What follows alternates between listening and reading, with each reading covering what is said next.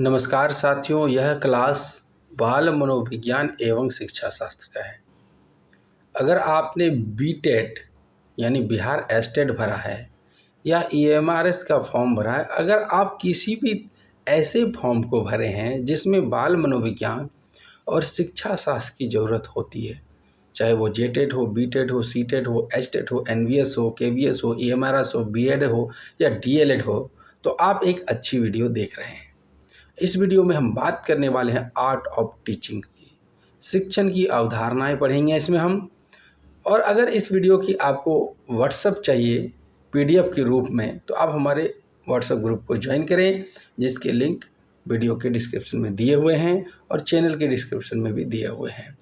और WhatsApp group अगर आप ज्वाइन करते हैं तो आपको पोलिंग क्लासेस भी मिलते हैं, जिससे आप नए नए प्रश्नों को सीख पाएंगे। तो शुरुआत करते हैं इस क्लास को। यह क्लास सभी प्रकार के शिक्षक भर्ती परीक्षाओं के लिए है। शिक्षक की अवधारणा इसमें पढ़ेंगे हम। शिक्षण की अवधारणा में हम पढ़ने वाले अर्थ, उनकी परिभाषाओं को, प्रकार को और आवश्यकताओं को। अंत में हम जानेंगे महत्व को। तो चलिए शुरुआत करते हैं। शिक्षण का व्यापक अर्थ क्या है? वह सब जो शिक्षण के व्यापक अर्थ में शामिल है। एक व्यक्ति जो जीवन भर सीखता है। कोई भी व्यक्ति, मनुष्य एक ऐसा प्राणी है जिन्हें बचपन से लेकर के बाकी क्रियाओं तक को सीखना पड़ता है। अर्थात शिक्षण का व्यापक अर्थ वह है जिसमें व्यक्ति औपचारिक, अनौपचारिक तथा निरौपचारिक माध्यमों से सीखता है। इसमें शिक्षार्थी जन्म से लेकर मृत्यु तक उत्तरोत्तर अपनी समस्त शक्तियों का विकास करता रहता है। तो हम कह सकते हैं शिक्षण वह प्रक्रिया है जो जन्म से लेकर जीवन पर्यंत यानी मृत्यु तक चलती है। परिभाषाओं को जान लेते हैं, किन किन महोदयों ने क्या क्या कहा है। तो क्लार्क महोदय ने कहा है, शिक्षण उन गतिविधियों को संदर्भित करता है जो विद्यार्थियों के व्यवहार में परिवर्तन लाने के लिए डिज़ाइन और निष्पादित की जाती है। यानी एक बच्चे के या एक शिक्षार्थी के या एक विद्यार्थी के व्यवहार में परिवर्तन लाने के लिए जो भी क्रियाकलाप किए जाते हैं, जो गतिविधियां की जाती है, उसे क्लार्क महोदय ने शिक्षण कहा है। दूसरा है थॉमस एफ ग्रीन के अनुसार, शिक्षण शिक्षक का कार्य है जो बच्चों के विकास के लिए किया जाता है। तीसरा है मॉरिसन के अनुसार, शिक्षण एक अधिक परिपक्व व्यक्तित्व और एक कम परिपक्व व्यक्ति के बीच एक अंतरंग संपर्क है जिसके बाद की शिक्षा को आगे बढ़ाने के लिए डिजाइन किया जाता है। यहाँ कहा जा रहा है कि एक मैच्योर व्यक्तित्व और एक अनमैच्योर, कम मैच्योर व्यक्तित्व के बीच का जो डिफरेंस है ना, वो किसकी वजह से आया है? वो शिक्षण की वजह से आया है। बीओ स्मिथ के अनुसार, शिक्षण अधिगम को प्रेरित करने वाली क्रियाओं की एक प्रणाली है। अधिगम क्या है? अधिगम यानी सीखना। तो शिक्षण अधिगम को प्रेरित करने वाली क्रियाओं की एक प्रणाली है। और पांचवा है एडम्स के अनुसार, शिक्षण एक द्विध्रुवीय प्रक्रिया है। इसका एक ध्रुव शिक्षक है तो दूसरा ध्रुव शिष्य है। तो ये प्रक्रिया, आपने परिभाषाओं को देखा। अब जान लेते हैं अध्यापन के प्रकार या शिक्षण के प्रकार। तो शिक्षण इसलिए नहीं कह रहे हैं, अध्यापन का कहने का मतलब पढ़ाने का प्रकार, यानी कैसे पढ़ाया जाए वो देख लेते हैं, कितने प्रकार से पढ़ाया जाता है। तो पहला है उद्देश्यों के आधार पर शिक्षण, यानी उद्देश्य क्या है शिक्षण का, उसके आधार पर। तो संज्ञानात्मक अधिगम, इस शिक्षण का मुख्य उद्देश्य संज्ञानात्मक पहलू या व्यवहार जैसे कि ज्ञान, समझ, प्रयोग, विश्लेषण, संश्लेषण और मूल्यांकन आदि को विकसित और सुदृढ़ करना है। तो यानी यहाँ सिर्फ पढ़ाई की बात हो रही है, और पढ़ा करके, सिखा करके उसके ज्ञान को बढ़ाना है, उसकी समझ को बढ़ाना है, बच्चे को प्रयोग करने सिखाना, विश्लेषण करने, संश्लेषण करने, मूल्यांकन आदि को विकसित करना है। और ऐसा करने के लिए क्या करना होगा? कई सारे क्रियाकलाप करने होंगे। दूसरा है भावात्मक शिक्षण। इसमें भावात्मक पक्ष के विकास को महत्व दिया जाता है। भावात्मक एवं भावात्मक शक्तियों एवं व्यवहारों का उन्नयन, परिष्कार। परिष्कार का मतलब होता है सुधार करना, साफ सफाई करना। उन्नयन का मतलब होता है ऊपर उठाना। तीसरा है क्रियात्मक अधिगम। इस प्रकार के शिक्षण में व्यवहार परिवर्तन पर विशेष ध्यान दिया जाता है। इस प्रकार के शिक्षण में किसी कौशल या किसी कार्य को करने की विशिष्ट विधि सिखाने पर जोर दिया जाता है। शिक्षण की दृष्टि से, तो शिक्षण की दृष्टि से देख लेते हैं क्या है। शिक्षण एक गतिशील अवधारणा एवं प्रक्रिया, बिल्कुल सही है, ये हमेशा चलते रहती है। शिक्षण के समय अनेक प्रकार की गतिविधियाँ होती हैं। तो देखते हैं बताना, यानी एक शिक्षार्थी को एक शिक्षक कई सारी अवधारणाएं बताते हैं, सिद्धांतों को बताता है, विषय वस्तु के बारे में बताता है। दूसरा है प्रदर्शन या प्रदर्शन, एक ही बात है, किसी कार्य या प्रक्रिया या कौशल का प्रदर्शनकारी शिक्षण। मान लीजिए कि किसी को प्रैक्टिकल करवाना है तो यहाँ पर दिखाता है कि कैसे किया जाता है। और तीसरा है कार्य करना। शिक्षण के रूप में कौशल विकास तथा क्रियात्मक पक्ष को प्रमुखता दी जाती है। तीसरा प्रकार देख लेते हैं शिक्षण के स्तरों के संदर्भ में। अब है स्मृति स्तर शिक्षण। इसमें केवल याद करवाने पर ध्यान दिया, जैसे बच्चों को 1 2 सिखाना है, जैसे उन्हें क ख सिखाना है, जैसे ट्विंकल ट्विंकल लिटिल स्टार, तो सिर्फ उसमें याद करवाने का प्रयास किया है, उसका नाम पता याद करवाया जाता है, इतना ही। बौद्ध स्तर में, तो बौद्ध स्तर में क्या होता है, याद, देखिए याद तो रखना है, याद रखना जरूरी है, लेकिन उसको समझना भी है, यानी समझ के साथ याद रखना है। और चिंतन स्तर में क्या होता है, इसमें रटने पर तो ध्यान ही नहीं दिया जाता है, इसमें उसके बच्चे के अंदर जिज्ञासा पैदा की जाती है, उसके अंदर रुचि पैदा कर दी जाती है, शोध कार्य सिखाया जाता है, धैर्य आदि को समझाया जा सकते या उसको बढ़िया से सिखाया जाता है और तर्क रूप में हल किया जाता है। कहने का आप समझिए बात को। अगर आपसे कहा, आपने एक बच्चे को कहा कि आप मछली जल की रानी कविता 10 लाइन लिखें, तो बच्चा क्या करेगा, रट लेगा। आप उसे रटवा दिए हैं, क्लास में याद करवा दिए, आकर के लिख देगा, तो वो याद रखने के प्रयास, ये स्मृति है सब। बौद्ध स्तर में क्या होगा, याद करने के साथ साथ वो समझ लेना है, जैसे कि हाथ की गतिविधियों द्वारा किया जाता है तो वो समझेगा, जैसे हाथ हिला के दिखाना, मछली जल की रानी, ऐसा वाला। चिंतन स्तर में आपको रटवाना ही नहीं है, आपको उसको एक्टिविटी द्वारा सिखाना है, आपको खुद उसको भाग लेने पर प्रयोग करना है, उसके अंदर जिज्ञासा के बच्चे कहें सर और एक ऐसा, ठीक है। चौथा है शासन व प्रशासन के अनुसार एक निरंकुश शिक्षण होता है, एक लोकतांत्रिक शिक्षण। निरंकुश शिक्षण में क्या होता है, जो कुछ होता है शिक्षक होता है और मेन हेड होता है शिक्षक, और उसे बच्चों को जो करना है उसकी इच्छा होती है और बच्चे चुपचाप उसकी आज्ञा का पालन करना पड़ता है। आपने देखा होगा कि हॉस्टल में जो होते हैं, हॉस्टल की स्थिति क्लास में नहीं, उसमें जो बोल देगा वार्डन बच्चों को करना होगा, नहीं निकलना है तो नहीं निकलना है, चुपचाप पढ़े रहो, पढ़ो, ये करो, जो शासन वाली स्थिति होती है। वो निरंकुश होता है, वो मनमानी करता है, और ऐसे में एक निरंकुश शिक्षक वो कुछ भी गलत भी जानता है तो गलत ही सिखा देगा, बच्चों को बोलने की अनुमति नहीं है। जबकि लोकतांत्रिक शिक्षक में दोनों का समान भूमिका होता है, छात्र का भी वैल्यू होता है और शिक्षक का भी वैल्यू होता है। इसमें ये एक दूसरे के विचारों का सम्मान करते हैं, यानी छात्र शिक्षक की बात का सम्मान करते हैं और शिक्षक छात्र की बात का सम्मान करते हैं। और इसी में एक और है, वो है शासन व प्रशासन के अनुसार में मुक्त शिक्षण पद्धति। मुक्त शिक्षण पद्धति में शिक्षण ये नई तरीका है, इसमें बच्चा जो होता है दबाव से मुक्त होता है। इसमें शिक्षक छात्र को क्रिएटिविटी की ओर धकेलता है, उसे प्रोत्साहित करता है और मैत्रीपूर्ण व्यवहार करता है, यानी बच्चों के साथ मारपीट भी वो नहीं करता है। पांचवा है, ये देखिए, अब इसको हम आजकल के शिक्षण को ले सकते हैं। आजकल की जो प्रक्रिया है बाल केंद्रित शिक्षा वाला, ये स्थिति इसमें मुक्त शिक्षण पद्धति में आ जाती है। शिक्षा व्यवस्था की दृष्टि से, तो व्यवस्था की दृष्टि से औपचारिक शिक्षण, अनौपचारिक शिक्षण, है ना।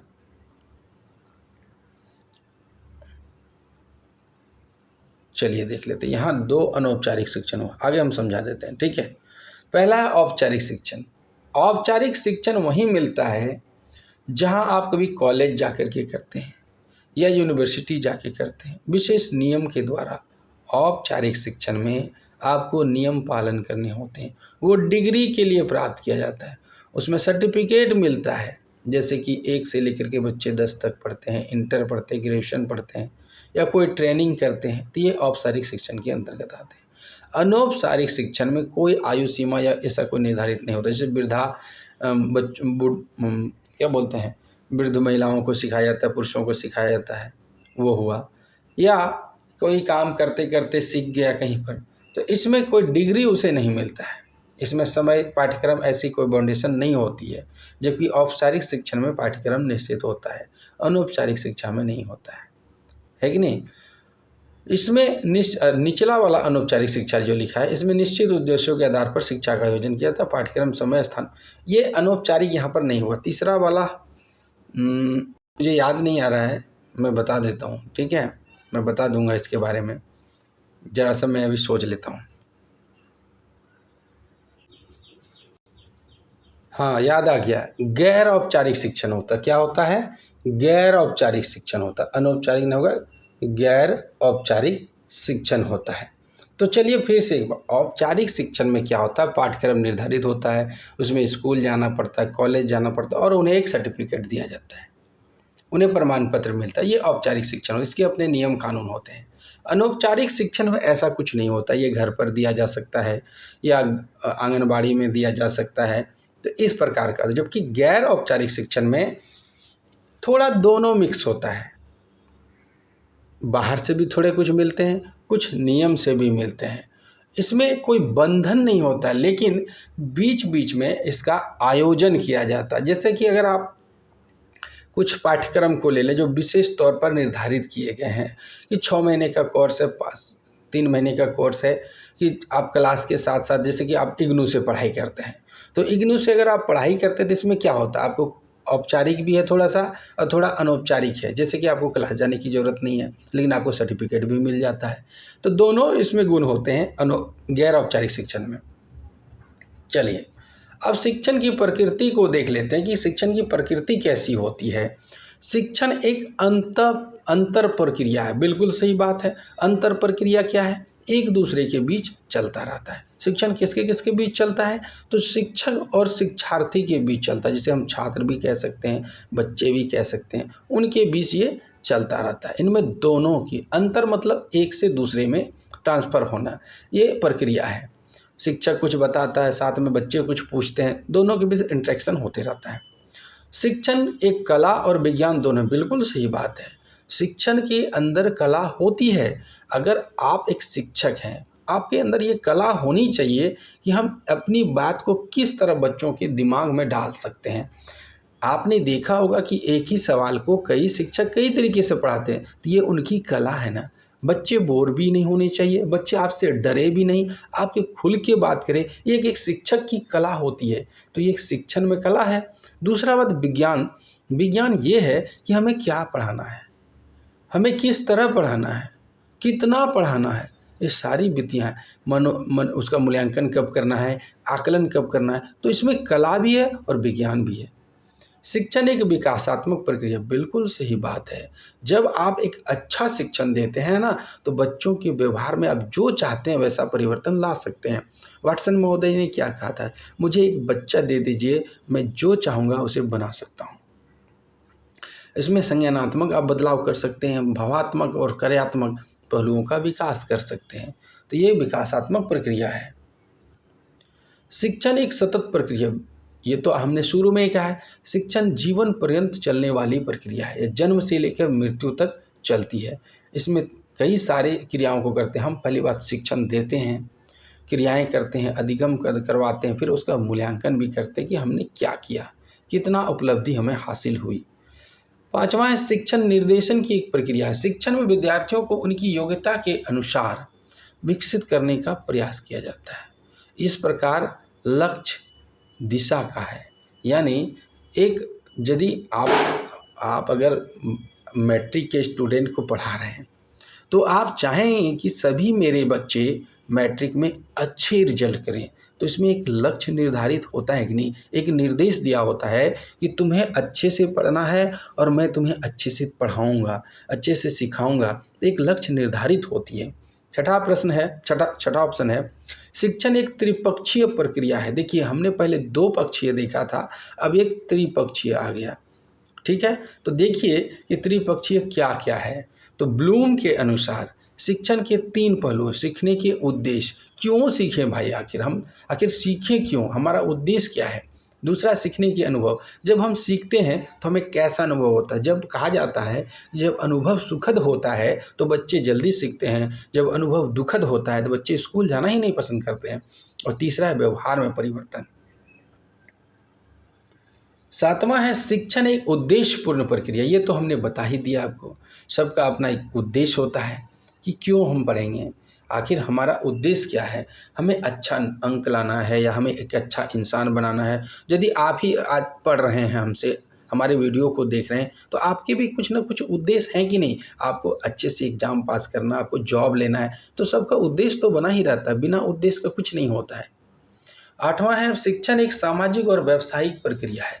तो चलिए इसको समझ लेते हैं। सामाजिक का कहने का मतलब बच्चे ग्रुप में रहते हैं, बच्चे साथ में बैठकर मिड डे मील खाते हैं, बच्चे क्लास में बिना भेदभाव के रहते हैं, सब साथ में खेलते हैं कूदते हैं। तो क्या ये सामाजिक नहीं हुआ? बिल्कुल सामाजिक हुआ। मिड डे मील का आखिर उद्देश्य ही क्या है? सामाजिकरण को विकसित करना। सबको एक जैसे कपड़े पहनने होते हैं, सबको एक जैसे जगह में बैठना होता है, तो एक सामाजिक प्रक्रिया है। साथ ही साथ अगर कोई शिक्षक उसको पढ़ाता है तो उसका एक व्यवसाय भी तो है ये। हमारा एक शिक्षक के उसका घर कैसे चलेगा? उसको दो पैसे आते हैं, वो शिक्षण का कार्य करते, वो बच्चों को पढ़ाते हैं, बदले में उन्हें सैलरी मिली है। तो आप देख लीजिए शिक्षण में तो सामाजिक व्यावसायिक दोनों बातें लागू हो रही हैं। शिक्षण को मापा जा सकता है, बिल्कुल मापा जा सकता है। आप बीच बीच में आकलन करते हैं, आप उसका मूल्यांकन करते हैं, उनके व्यवहार को देखते हैं कि जो हम चाह रहे थे क्या उतना बदलाव हुआ। कोई बच्चा शुरू शुरू में उदंड था, उसको आपने सिखाते सिखाते उसके व्यवहार में परिवर्तन ला दिया, तो आप तो माप सकते हैं, आप देख सकते हैं कितना सुधार हुआ उसमें। शिक्षण एक विज्ञान है, हमने तो पहले ही कहा था शिक्षण एक विज्ञान और कला दोनों बातें। तो चलिए इस पर और थोड़ा सा नज़र डाल लेते हैं। तो इसमें देखिए एक कला है, हमने कहा था, लेकिन कला के साथ साथ ये विज्ञान भी लगाना पड़ता है, उसका मूल्यांकन किया जाता है, आकलन किया जाता है। उसके लिए क्या पढ़ाना, उसके लिए पाठ्यक्रम तैयार किया है, तो उसके लिए NEP है, उन्हें क्या देना है, क्या कब देना है, किस तरह उसकी निगरानी करनी, कब उसका एग्ज़ाम होगा, कब उसका खेल होगा, कब उसका भ्रमण होगा, कई सारे साइंस छिपे होते हैं इसमें। 11वां है शिक्षण एक औपचारिक एवं अनौपचारिक प्रक्रिया है। ये तो हमने बताया ही। शिक्षण क्या होता है? विद्यालय के अंदर भी हो सकता है और विद्यालय के बाहर भी हो सकता है।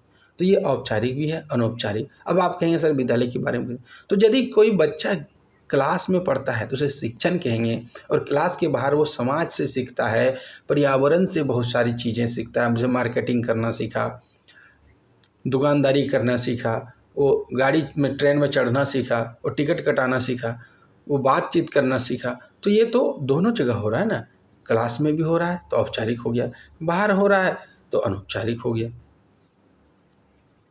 शिक्षण के कार्यों को देख लेते हैं अब हम। शिक्षण के कार्य हैं कक्षा को व्यवस्थित करने के लिए। ये बहुत ज़रूरी है कि एक कक्षा में अनुशासन बना रहे। अगर कक्षा में अनुशासन नहीं है तो फिर गड़बड़ होगा। तो कक्षा को व्यवस्थित करना बहुत ज़रूरी है। अब कक्षा को व्यवस्थित करने से ये भी आपको देखना है कि कमरा हवादार है कि नहीं, उसमें रोशनी आ रही है कि नहीं, उसमें हद से ज़्यादा बच्चे तो नहीं ठूस के भरे हुए हैं, उन्हें बैठने के लिए व्यवस्था है कि नहीं, सब चीज़ देखना पड़ता है। दूसरा पॉइंट है सीखने की स्थिति बनाने के लिए। अब ऐसा माहौल बनाना जैसे कि आप आए तुरंत कक्षा में पढ़ाने लगे, बच्चों की बात कर रहा हूँ, बड़ों की नहीं। आपने कक्षा में गया, तुरंत किताब खोलो पढ़ाओ, तो बच्चे आपसे भूल नहीं पाएंगे। सबसे पहले उनको आप आकर्षित कीजिए अपनी ओर, उन्हें बातों में फंसाइए, थोड़ा सा चुटकुला सुना सकते हैं, छोटी कहानी सुना सकते हैं, किसी दो चार से बात कर सकते हैं, फिर पढ़ाइए आप। तो पहले सीखने की स्थिति को बनाना होगा। सीखने के अगर आप खाने को तैयार ही नहीं है, आपके मुंह में मैं बार बार ठूसते जा रहा हूँ, तो वो आप इच्छा से ज़बरदस्ती खाएंगे, वो खाना लगेगा नहीं।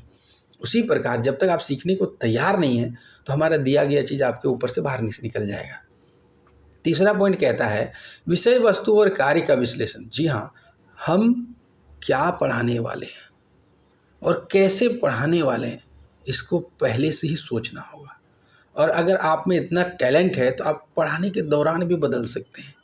कि अचानक से आप देखिए कि माहौल के अनुसार आप क्या कर सकते हैं। विषय वस्तु बदल दीजिए। यदि कोई बच्चा मैथ आप पढ़ाने के लिए लेकर के गए हैं, आप बना के ले गए हैं कि मैथ पढ़ाना आज, और सब बच्चे जिद कर रहे हैं कि सर एक कहानी सुनाइए, और आप तो लेकिन हम मैथे पढ़ाऊँगा, तो नहीं, यहाँ पर आपको बदलना होगा। आपको सोचना होगा कि बच्चे नहीं लेने को तैयार हैं, तुरंत एक विषय बदलिए। अब मैथ में ही कहानी पढ़ा दीजिए, जोड़ घटा गुणा भाग को। चौथा पॉइंट है विद्यार्थी को सीखने के लिए प्रेरित करना। जी हाँ, आप उसे ऐसे मोटिवेट कीजिए, उन्हें कुछ मोटिवेशनल कहानी सुनाइए, अच्छी अच्छी बातें सिखाइए। हो सकता है कि नीति कोई ज़रूरी नहीं कि सिर्फ किताब ही पढ़ाया जाए, उसे आप नीतिगत बातें बताइए, उनको एक ज्ञानवर्धक कहानियाँ सुनाइए, जिससे वो सीखने को प्रेरित हो जाए, आपकी बात को माने। पाँचवा है छात्रों के व्यक्तिगत अंतर के बारे में जानकारी प्रदान करने के लिए। देखिए, आपके कक्षा में जो बच्चे होंगे सभी एक जैसे नहीं होंगे। कोई भूखा आया होगा, किसी के घर में झगड़े हुए होंगे, कोई अच्छे माहौल से आया होगा, किसी के पास आर्थिक तंगी होगी। तो अगर बच्चा आपकी क्लास में पिछड़ रहा है या कुछ उनमें दिक्कत आ रही है, तो आप उनके बारे में जानकारी प्रदान कीजिए। पहले जानकारी निकालिए कि क्या समस्या है, तब आप कुछ एक्शन लीजिए। छठा है बच्चों को सामान्य से रचनात्मक प्राणियों में विकसित करना। जो छोटे बच्चे होते हैं वो कोरे कागज होते हैं, उसके अंदर रचनात्मकता हमें सिखानी पड़ती है। जैसे कि नाव बनाने सिखा सकते हैं आप, चित्रकला सिखा सकते हैं, उसे गेम के माध्यम से सिखा सकते हैं। सातवां पॉइंट है छात्रों को सीखने की समस्याओं को हल करने के लिए, मतलब यदि बच्चों को आपने कुछ सिखाया है तो आप उसे हल करवाइए, उससे आप प्रैक्टिस करवाइए, क्योंकि प्रैक्टिस जब तक नहीं कराएंगे जो उसने सीखा वो भूल जाएगा। उसे इस तरह की क्रियाविधियों का पालन करवाइए, जैसे कि आप गेम करवा सकते हैं, जैसे कि A B और CD A से Z तक ज़मीन पर लिख दीजिए बढ़िया से सुंदर सा। आप कहिए कि जो मैं अक्षर बोलूँगा तुम्हें वहाँ जा कर के खड़ी होनी है, तो आप बोलिए A, तो बच्चा A पर, फिर कहिए आप M, तो बच्चा M पर जाएगा। तो ये रचनात्मकता करनी है आपको, ये नहीं कि सिर्फ किताबी। छोटे बच्चे किताबी भाषा से ज़्यादा नहीं सीखते हैं, उन्हें रचनात्मकता का लाना होगा, उससे समस्याओं को हल करने सिखाना होगा।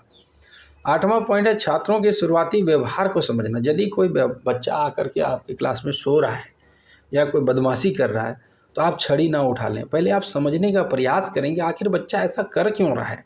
जब आप उसे समझ जाएंगे तो आपको हल मिलेगा, आप युक्ति लगाएंगे और उसका समाधान निकल के आएगा। नौवां है संवर्धन विश्वास की अवधारणा और समस्याओं का स्पष्टीकरण। सबसे पहले आप ये सोचें कि हम इस बच्चे का संवर्धन करेंगे, इसका विकास करेंगे, सतत विकास।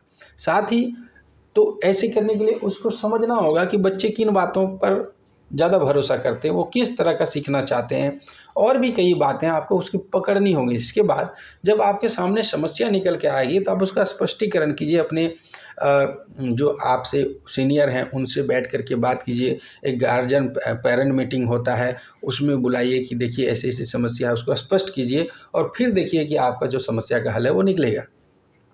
10वां है छात्रों के अंतिम व्यवहार की जांच के लिए आकलन करना। जी हाँ, बीच बीच में आपको आकलन करते रहना होगा। आप सिर्फ सिखाते जा रहे हैं, आपको ये तो जांचना होगा ना कितना सीखा वो। 11वां है पाठ्यक्रम सामग्री की तैयारी। जी हाँ, अब आपका बच्चा किस कक्षा में है, मान लीजिए 1 है तो उसका पाठ्यक्रम कैसा होना चाहिए, 2 में है तो उसका पाठ्यक्रम कैसा होना चाहिए, 3 में उसका पाठ्यक्रम कैसा होना चाहिए, एक जैसा तो नहीं हो सकता ना। और 12वां है आप मूल्यांकन कीजिए। तो मूल्यांकन त्रैमासिक भी हो सकता है, 6 मासिक भी हो सकता है और वार्षिक भी हो सकता है। शिक्षण की विशेषताओं को देखते हैं। चलिए देख लेते हैं शिक्षण की विशेषताओं। छात्रों के साथ विषय के अपने प्यार को साझा करने की इच्छा, यानी जो आपको शिक्षा विषय में अच्छा लगता है तो आप बच्चों के साथ शेयर कीजिए। जैसे कि आपने कुछ बैल और खरगोश और कछुए की कहानी आपको अच्छी लगती तो उसके साथ साझा कीजिए। देखिए उसमें बताइए कि दोनों में क्या समस्या था, रोचक बनाने का प्रयास कीजिए उसको, है ना। छात्रों के साथ आपको साझा करना, वो आप मन में मत रखिए। यदि कुछ शिक्षाप्रद बातें हैं तो बच्चों को बताइए। सिखाई जा रही सामग्री को उत्तेजक और रोचक बनाने की क्षमता, आपके अंदर एज ए शिक्षक ये क्षमता होनी चाहिए कि आप उस कहानी को कितना अच्छे ढंग से बता सकते हैं, बच्चे रुचि लेने लगे। और क्या हुआ सर, आगे बताइए ना, फिर घोड़ा क्या बोला, फिर खरगोश ने क्या किया, ऐसे बच्चे के अंदर जिज्ञासा उत्पन्न होनी चाहिए। तीसरा है छात्रों के साथ उनकी समझ के स्तर पर जुड़ने की सुविधा। एक बात याद रखिएगा, हर बच्चों के अपने समझ की स्तर भिन्न भिन्न होती है। कोई बच्चा जल्दी समझ जाता है, कोई बच्चा लेट से समझता है, तो आपको उसके साथ जुड़ना होगा। अगर आपने तेज बच्चे की तरफ छोटे बच्चों को पढ़ाना शुरू कर दिया जो पिछड़ रहे हैं, तो वो नहीं सीख पाएगा। आपको उसके अनुसार बदलना होगा। छात्र आपके अनुसार नहीं बदलेंगे, आपको छात्र के अनुसार बदलना होगा, जुड़ना होगा, उसी हिसाब से उसको समझाना होगा, विशेष ध्यान दे के रखना होगा। कुर्सी पकड़ के बैठने से नहीं चलेगा, आपको घूम घूम के देखना होगा। चौथा पॉइंट, सामग्री को स्पष्ट रूप से समझाने की क्षमता। आपके अंदर ये कैपेबिलिटी होनी चाहिए, आपके अंदर क्षमता होनी चाहिए कि जो पॉइंट है आप उसको बढ़िया से समझा सकें। सिर्फ कहानी पढ़ के सुना देने से बच्चा सीख नहीं जाएगा, आपको सिखाना पड़ेगा। आपके अंदर ये क्षमता होनी चाहिए, तभी तो आप एक अच्छा शिक्षक बनेंगे। पांचवा, यह बिल्कुल स्पष्ट करने की प्रतिबद्धता कि किस स्तर पर और क्यों समझा जाना चाहिए, और आपको ये क्लियर कर लेना है कि आप किस स्तर पर जा करके उसको समझा सकते हैं और क्यों समझाएंगे। छठा है छात्रों के लिए चिंता और सम्मान दिखाना। आपको टेंशन होनी चाहिए कि आपके बच्चे रिजल्ट नहीं ला रहे हैं, आपके बच्चे में गुणात्मक सुधार नहीं हो रहा, आपके बच्चे में व्यवहार परिवर्तन नहीं होना चाहिए, नहीं हो रहा है, तो आपको इस बात की टेंशन होनी चाहिए। ये नहीं कि भाड़ में जाए, हमको तो सैलरी मिलता है, ये नहीं होनी चाहिए। सातवां पॉइंट है स्वतंत्रता को प्रोत्साहित करने की प्रतिबद्धता। एक शिक्षक बन के जब आते हैं बच्चों की क्लास में, तो आपके दिमाग में ये बात जरूर बैठी होनी चाहिए कि बच्चे आपसे प्रोत्साहित हो, आपसे बच्चे स्वतंत्र रूप से कुछ पूछ सकें। ये नहीं कि आपसे डर से चाहते हुए भी ना पूछें, इतनी स्वतंत्रता उन्हें होनी चाहिए। आठवां पॉइंट है नई मांगों को सुधारने और अनुकूलित करने की क्षमता। यदि कोई पढ़ाई के साथ साथ कुछ ऐसी चीज़ हो गई है, ऐसा डिमांड हो गया, ऐसी ज़रूरत आन पड़ी है, तो आपके अंदर उसे सुधारने, और मान लीजिए कि पढ़ाई कर रहे हैं, बहुत अच्छा चल रहा है, सब चीज़ चल रहा है, रिजल्ट भी अच्छा हो रहा है, अचानक से दो बच्चों में मारपीट हो जाता है, तो आपके अंदर उन्हें सुधारने की क्षमता होनी चाहिए। ये नहीं कि दोनों बच्चों को अलग अलग कमरे में बैठा दें, आपको उन्हें सही करना होगा, ये कला आपके अंदर आनी चाहिए। नौवां है मान्य मूल्यांकन विधियों का उपयोग। मूल्यांकन की जो विधियां हैं, आप अपने मन से कुछ नियम ना बना लें, जो नियम दिए गए हैं उनका प्रयोग कीजिए।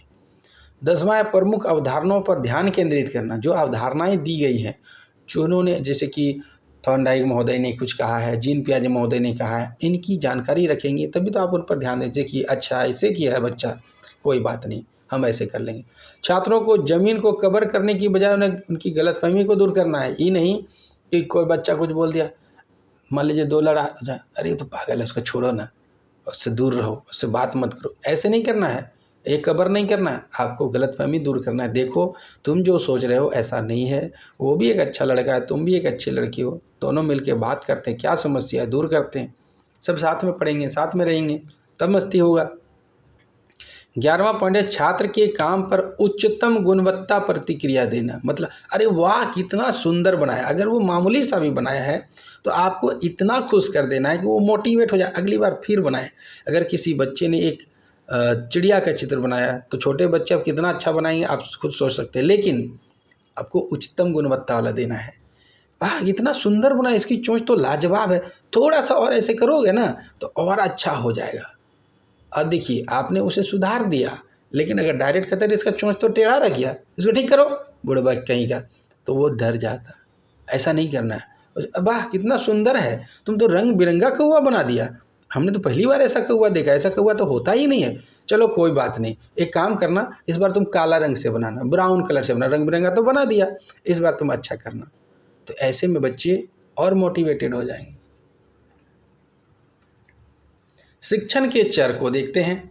तो शिक्षण के चरों में जब हम बात करते हैं तो शिक्षा एक त्रिस्तरीय प्रक्रिया है। इसमें शिक्षक भी होता है, शिक्षार्थी भी होता है और पाठ्य सामग्री भी होता है, यानी विषय वस्तु जिसको हम कहते हैं।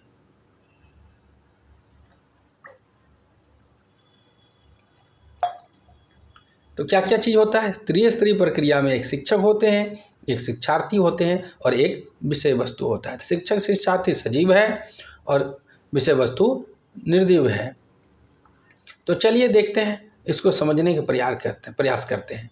तो इसमें स्वतंत्र चर की जब हम बात करें तो शिक्षक स्वतंत्र चर के अंतर्गत आता है ना, क्योंकि बच्चे शिक्षक पर आश्रित होते हैं, शिक्षक के हिसाब से चलते हैं बच्चे, उन्हें सीखना पड़ता है उनसे। तो स्वतंत्र चर में कौन आते हैं?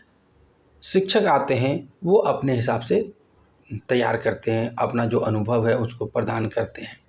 आश्रित चर में विद्यार्थी आते हैं और इसमें उन्हें बताना पड़ता है और उन्हीं के अनुसार एक शिक्षक को कार्य करना पड़ता है। बच्चे तो छोटे हैं, वो आप पर ही आश्रित हैं। आप जैसा बोल देंगे 2 दूना 4 के जगह हम 2 दूना 8 बोल देंगे तो वो 8 रट के चले आएंगे। तो आपको सोचना है कि आपका आश्रित चर जो है स्वतंत्र चर की बात पर निर्भर करता है। तीसरा, हस्तक्षेप चर। तो शिक्षण सामग्री ये हस्तक्षेप चर में आती है। कौन सा विधि लगाना है हमें, कौन सा पढ़ाना है, कौन सा पुस्तक लाना है, क्या कार्यक्रम करवाने हैं, तो ये तो हस्तक्षेप करना पड़ता है इसमें। शिक्षण घटकों के कार्य। शिक्षण घटकों के कार्य में पहला कार्य है नैदानिक कार्य, यानी निदान करना। इसमें शिक्षक यह तय करता है कि शिक्षण के उद्देश्य को प्राप्त करने के लिए शिक्षार्थी का पूर्व व्यवहार और कौशल क्या होना चाहिए, ताकि नया छात्र नया सीख सकें और उद्देश्य को अधिकतम प्राप्ति की प्राप्ति। इस कार्य में शिक्षक, विषय वस्तु, विद्यार्थी दोनों पर। अब समझिए बात को। आप नैदानिक कार्य में आपके मान लीजिए आप एक स्कूल में गए शुरू में, और आप गए, आप पहले ही उस कक्षा में कभी नहीं गए, आपने सीधा आकर के 10 सवाल दे दिया, अब बनाइए। नहीं, सबसे पहले ये जानना है कि हमारा जो शिक्षार्थी है, जो बच्चे हैं, वो कितना जानते हैं।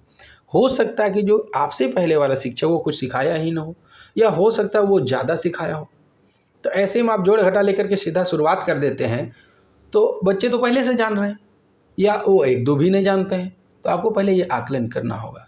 सबसे पहले आपको देखना होगा समस्या क्या है। सबसे पहले आप समस्या को निकालिए, फिर छात्र के व्यवहार का निर्धारण कीजिए कि व्यवहार कैसे करेंगे। फिर ये भी जानिए कि बच्चों में क्या क्या भिन्नताएं होती है। फिर कार्य का विश्लेषण कीजिए आप, तब ये नैदानिक कार्य होगा। दूसरा देखते हैं शिक्षण घटकों के कार्य में निर्देशात्मक कार्य। आपने सब चीज़ जान लिया, बच्चों को क्या समस्या है, बच्चों को कैसे ही करना है, सब चीज़ आपने जान लिया। इसके बाद अब आप निर्धारित करेंगे कि कैसे इसको उद्देश्य को प्राप्त करें। यानी हमने तो सब चीज़ जान लिया, शिक्षक और दूसरे दोनों के बारे में जान लिया, बच्चों के बारे में जान लिया, सब भिन्नताएँ भी जान ली। अब हमें प्राप्त है, हमें ये सोच लिया कि बच्चों को हमें अच्छा करना है, अच्छा बच्चा बना देना है। तो आप क्या करेंगे? तो ऐसे में आप क्या करेंगे? आप युक्तियाँ लगाना शुरू करेंगे, आप टेक्निक सोचना शुरू करेंगे। और क्यों करेंगे? क्योंकि आपको शिक्षण कौशल को व्यवहार में लाना है। जो आपने सीखा है, जो आपके अंदर कला है, वो बच्चों के व्यवहार में बदलाव ला देना। ऐसा नहीं कि 2 और 2 4 होता है, बच्चा इस कहीं पर गया और 2 और 2 5 बोल के चला आया। उसके व्यवहार में परिवर्तन लाना है, और इसके लिए आपको उचित विधियों की व्यवस्था करनी है। हम क्या करें, इसके लिए आपको ये सोचना होगा। तीसरा देखते हैं शिक्षण घटकों के कार्य में मूल्यांकन कार्य। सही बात है भाई, मूल्यांकन तो इसका अभिन्न अंग है। और जब आप मूल्यांकन नहीं करेंगे तो फिर कैसे जान पाएंगे कि आपने जो सोचा था, आपने जो विधियां लगाई, वो कहाँ तक सफल हो पाई। अगर कोई बच्चा फेल करता है ना, तो इसमें भी शिक्षक, विद्यालय प्रबंधन की गलतियां मानी जाती है। अगर आपसे ये सवाल आ जाए कि पप्पू 3 क्लास में फेल हो गया, तो इसमें किसकी गलती है? तो इसमें गलती है विद्यालय प्रबंधन की। शिक्षक भी उसमें शामिल होते हैं। समझ गए? तो इसका मुख्य कार्य क्या है? इसका मुख्य कार्य है जांच करना, और इसके कुछ नियम होते हैं। अगर नहीं उद्देश्य की प्राप्ति हुई है तो क्यों नहीं हुई है? तो इसका अर्थ है शिक्षण का व्यवहार ही दोषपूर्ण है, शिक्षक ही गलत है, बच्चा हमारा सही है। इस पहलू के 2 तथ्य हैं। पहला है मापदंड परीक्षा बनाना। मापदंड परीक्षा बनाने का मतलब, अगर आप 5 क्लास के बच्चे का ले रहे हैं तो आपके 5 क्लास के हिसाब से ही सवाल होना चाहिए। ऐसा नहीं कि बीपीएससी चेयरमैन जो किया वैसा नहीं कि 1 to 5 की परीक्षा में एसडीएम लेवल का क्वेश्चन दे देना है। ऐसा नहीं करना है आपको। दूसरा, व्यवहार परिवर्तन का आकलन। फिर आपने ये कर लिया, फिर देखिए कि अब सुधार हुआ कि नहीं, तो बीच बीच में आकलन कीजिए। अभी मैं आप लोग का आकलन करूंगा, 1-2 क्लास लेने के बाद आपको टेस्ट पेपर दूंगा, तो आप खुद जान पाएंगे कि आपने कितना सीखा। और वो टेस्ट पेपर मैं पहले व्हाट्सएप में डालूंगा। जब आप उसे हल कर लेंगे तब मैं उसका आंसर शीट यूट्यूब में डालूंगा। मुझे भी तो आकलन करना है कि आप कितना सीखे हैं। अब देखते हैं शिक्षण की आवश्यकता और महत्व। क्यों आवश्यकता पड़ी शिक्षक और शिक्षण का क्या महत्व है। शिक्षण एक कुशल प्रक्रिया। जय, बिल्कुल सही बात। कितनी सारी बातें हमने बताई, ऐसे थोड़ी हो जाता है कुशल होना, इसीलिए तो ट्रेनिंग कराया जाता है शिक्षक को। शिक्षण का अर्थ है ज्ञान देना। शिक्षण द्वारा विद्यार्थियों के व्यवहार एवं अभिवृत्तियों में परिवर्तन लाना है। अभिवृत्ति मतलब एटीट्यूड में। कोई घमंडी बच्चा था, वो सुधर गया तो आपने अच्छा सफल हुआ उसमें। शिक्षा वर्तमान और भावी जीवन की सफलता के लिए महत्वपूर्ण। कहते हैं ना कि आज की युवा पीढ़ी हमारे देश का भविष्य है। शिक्षण निर्देशात्मक डिजाइन तैयार करने के लिए वैज्ञानिक आधार पर। आपने जो निर्देश दिया वो मनमानी मोनोपोली वाले नहीं होने चाहिए, वैज्ञानिक आधार पर होने चाहिए। छात्रों को ज्ञान प्रदान करने के लिए शिक्षण आवश्यक है। शिक्षण छात्रों को जानकारी प्रदान करता है। छात्रों में विभिन्न क्षमताओं को विकसित करने के लिए शिक्षण आवश्यक है। शिक्षण छात्रों को जीवन के अनुभवों से अवगत कराता है। जब तक कोई सीखा नहीं है ना, उसे बहुत दिक्कत होती है ज़िंदगी में। शिक्षण के मूल सिद्धांतों को देख लेते हैं। अच्छा शिक्षण अच्छा संचार है। जो जितना बढ़िया सीखा है वो उतना बढ़िया से बोल पाएगा, कम्युनिकेट कर पाएगा, एक दूसरे से बात कर पाएगा। लोगों की बात सुन करके आप जान सकते हैं कि वो कितना पढ़ा लिखा है। उसके व्यवहार को आप समझ सकते हैं, उसकी बोली से वो कैसे शब्दों का इस्तेमाल करता है ये आप जान सकते हैं। पहला पॉइंट कहा है, बच्चों को मान्यता और व्यक्तिगत मूल्यों की भावना की आवश्यकता होती है। बच्चे तो मानते हैं, जो आप कहिएगा उसको मानना पड़ता है, और वो सीखते हैं देख करके कि माता पिता अगर मोबाइल देखते हैं तो बच्चे क्यों नहीं मोबाइल देखेंगे। माता पिता पढ़ाई करते हैं तो बच्चे भी वो मान लेते हैं कि इसमें ज़रूर कोई बात है, तभी तो ये कर रहे हैं माता पिता। अगर माता पिता अच्छे व्यवहार करते हैं तो बच्चे में अच्छे व्यवहार आ जाते हैं, वो उसको मान लेते हैं। और व्यक्तिगत मूल्य की भावना होती है। व्यक्तिगत मूल्य की भावना कि सभी के लिए अच्छा व्यवहार रखना है, सबको सबसे अच्छी मित्रतापूर्वक रहना है, बड़े छोटे को लिहाज करना है, ये होती है एक व्यक्तिगत मूल्य की। हम भी एक अच्छे बच्चे हैं ऐसे। दूसरा, बच्चा उम्मीद करता है कि उसका शिक्षक नेतृत्व प्रकट करेगा। एक बच्चा चाहता है कि हमें एक अच्छा शिक्षक मिले, वो हमारा नेतृत्व करे, वो हमें अच्छे से लेके चले अच्छाई के मार्ग पर, हमें अच्छी अच्छी बातें सिखाएं, हमें एक अच्छा नागरिक बनाएं। तीसरा, बच्चे प्रगति के त्वरित नियमित माप की सराहना करते हैं और उनके विकास को दर्शाता है। यानी एक अच्छा शिक्षक है ना, आपने सुना होगा कि फलना सर बहुत बढ़िया है। अब बच्चे बोलते हैं जबकि उन्हें उतना ज्ञान नहीं है। वो वाला सर, राठी सर एक होता ना, कॉमेडी का मैं बता रहा हूँ बच्चों के, राठी सर बहुत अच्छे हैं। क्यों कहा उन्होंने? कि उसने देखा, उसे नियमित सराहना, मतलब नियमित देखते हैं उसको, और जब ऐसा बच्चे बोलने लगते हैं तो बच्चे उससे सीख रहे हैं, उसको आदर्श मानते हैं, तो इसका मतलब बच्चों में विकास हो रहा है। अच्छा शिक्षण एक कला है। जी हाँ, मैं कई बार बोल चुका हूँ और बोलता हूँ। एक अच्छा शिक्षण के लिए एक अच्छा शिक्षक की जरूरत। वो आकर्षक होता है, वो अपना आपको एक सादा जीवन उच्च विचार को दर्शाएगा, वो हर बात को रोचक ढंग से प्रस्तुत कर देगा, वो आपको कभी बोर होने नहीं देगा। उसके अंदर कलाहोन होता है, वो आकर्षक विधि को अपनाता है, उसके अंदर अजब की टेक्निक होती है, उसका दिमाग खुला रहता है, उसकी आवाज़ मधुरता होती है, वो सुंदर लेखन करता है, वो स्मार्ट दिखेगा, सरल लेकिन आकर्षक भाषा का प्रयोग करेगा। एक अच्छा शिक्षक के ये गुण हैं। तीसरा, अच्छा शिक्षण बच्चों को बच्चे की प्रकृति को जानने की मांग करता है। यदि कोई शिक्षक अच्छा है, यदि शिक्षण अच्छा कर रहा है वो, तो सबसे पहले जानकारी लेगा, वो याद रखेगा कि बच्चे को क्या चाहिए, उसके शारीरिक स्वास्थ्य के बारे में सोचेगा, उनकी शक्तियों के, उसकी शारीरिक बौद्धिक क्षमता, कहते हैं चहुमुखी विकास पर बात करेगा। वो बच्चों की रुचियों को भी ध्यान में रखेगा, और तब जाकर के शिक्षा को उच्च लक्ष्य की ओर ले जाएगा।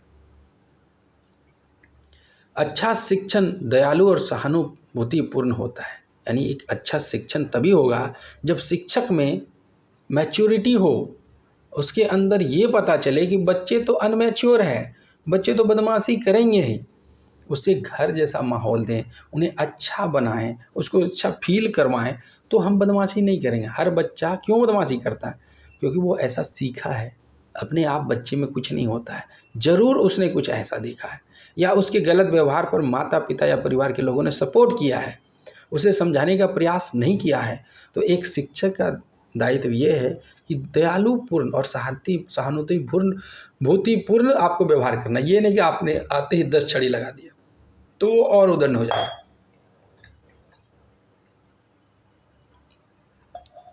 आपको ठीक करना होगा उसको। तो इसके लिए एक माहौल बनाइए, अच्छा माहौल, जिससे बच्चे खुश रहें। 5वां, अच्छे शिक्षण से भावात्मक स्थिरता का विकास। उसका भावात्मक शिक्षा मतलब जैसे स्कूल आता है बच्चा, आपने देखते हो डर के रोने लगता है। क्यों? कहाँ से ये डर आया? क्योंकि हमने ये सिखाया उसे कि स्कूल में मार पिटाई होती है, नहीं पढ़ेगा ना स्कूल ले जाएंगे, वो डर रहा है। उसमें ये भावना बैठ गई है कि विद्यालय जो है उसे काटने का स्थान है, उसे पीटा जाएगा, कूटा जाएगा। अगर वो पहली बार गया और देखा है ऐसा तो कुछ नहीं हुआ, शिक्षक ने तो हमसे प्यार से बात किया, हमसे स्नेह किया, हमारे साथ तो मारपीट नहीं की, अब जा कर के इस घर में कहेगा आपने तो बोला था पिटाई होगा, नहीं हुआ, बहुत बढ़िया स्कूल है, हम जाएंगे।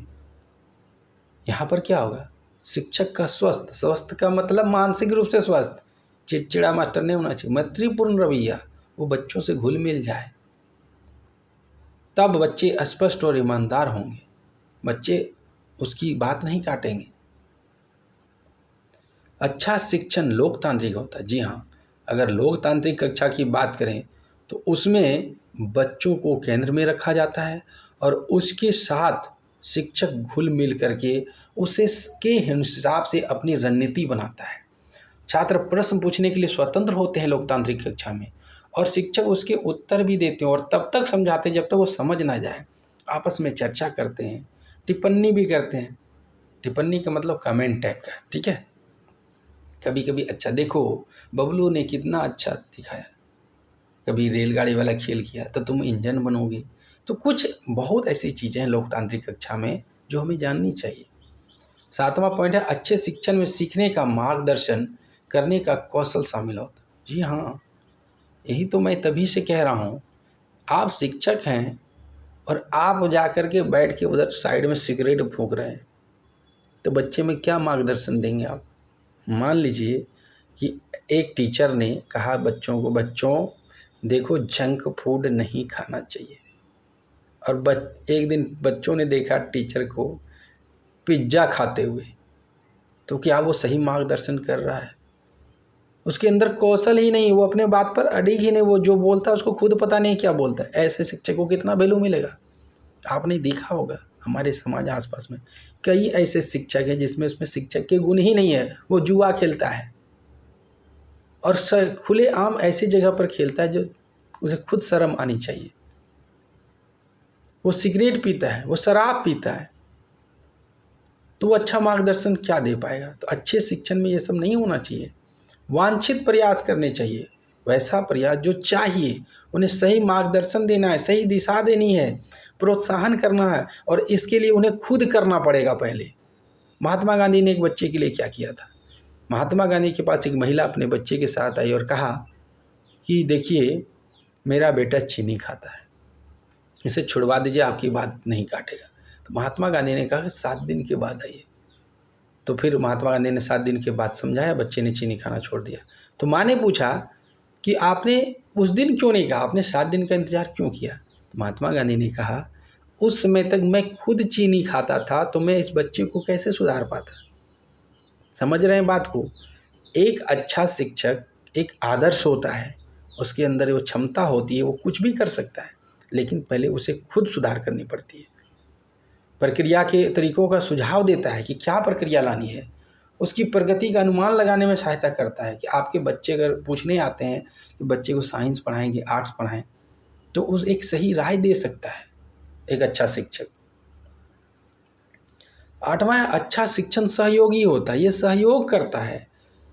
अच्छे शिक्षण में शिक्षक और शिक्षार्थी दोनों एक दूसरे का सहयोग करते हैं। जैसे विद्यार्थियों को संगठन बनाने, प्रबंधन में, चर्चा में, अनुशासन में, स्वस्वर पाठन में, परिणामों के मूल्यांकन में सहयोग प्राप्त करने के अवसर देता है। 9वां, अच्छा शिक्षण सुनियोजित होता है, पहले से वो तैयार किया हुआ रहता है। एक अच्छा शिक्षण एक अच्छे शिक्षक की नियोजित गतिविधि है। वो समस्याओं के बारे में पहले ही सोच विचार कर लेता है, क्या समस्या होगा, उसका उद्देश्य क्या है, वो कौन सा तकनीक लगाएगा, किस तरह के साधनों का उपयोग करेगा और कक्षा को एक गतिशील बनाएगा। अच्छा शिक्षण उपचारात्मक है। उपचारात्मक का मतलब जो समस्याएं आ गई उसका वो पता लगाएगा और पता लगाने के बाद उसको वो दूर करेगा, चाहे जैसे भी हो, जो तकनीक लगाना पड़े, जो प्रयास करना पड़े वो करेगा। 11वां है अच्छा शिक्षण प्रगतिशील है। प्रगतिशील कक्षा की बात मतलब एक बच्चे का सर्वांगीण विकास, चहुमुखी विकास, मानसिक, सामाजिक, भावात्मक, व्यवहार में बदलाव, ये सभी चीज़ें करेगा। उसकी अभिवृत्ति को बदलेगा, अभिवृत्ति मतलब एटीट्यूड को बदलेगा, उसकी रुचि को जानने का प्रयास करेगा, विचारों को जानेगा, कौशल को जानेगा और फिर उसका प्रगति की ओर ले जाएगा। फिर उसमें अच्छी आदतें, अच्छे विचार शामिल करेगा, डालेगा और ज़रूरत पड़े तो बीच बीच में सुधार भी करेगा। मेरे दोस्तों, अगर आपने अभी तक चैनल को सब्सक्राइब नहीं किया तो कर लो यार, बहुत मेहनत लगती है कक्षा को बनाने में। सब्सक्राइब करके एक लाइक बटन दबा दो, बेल आइकन दबा लेना ताकि नोटिफिकेशन टाइम टू टाइम मिलता रहे। अगर आपने सब्सक्राइब कर लिया उसके लिए बहुत बहुत धन्यवाद। इसी तरह की अच्छी वीडियो के लिए आप हमारे चैनल में बने रहें। हम मिलेंगे जल्द ही नए वीडियो के साथ। आप हमें कमेंट करके बताएं आज का सेशन आपको कैसा लगा। तब तक के लिए धन्यवाद।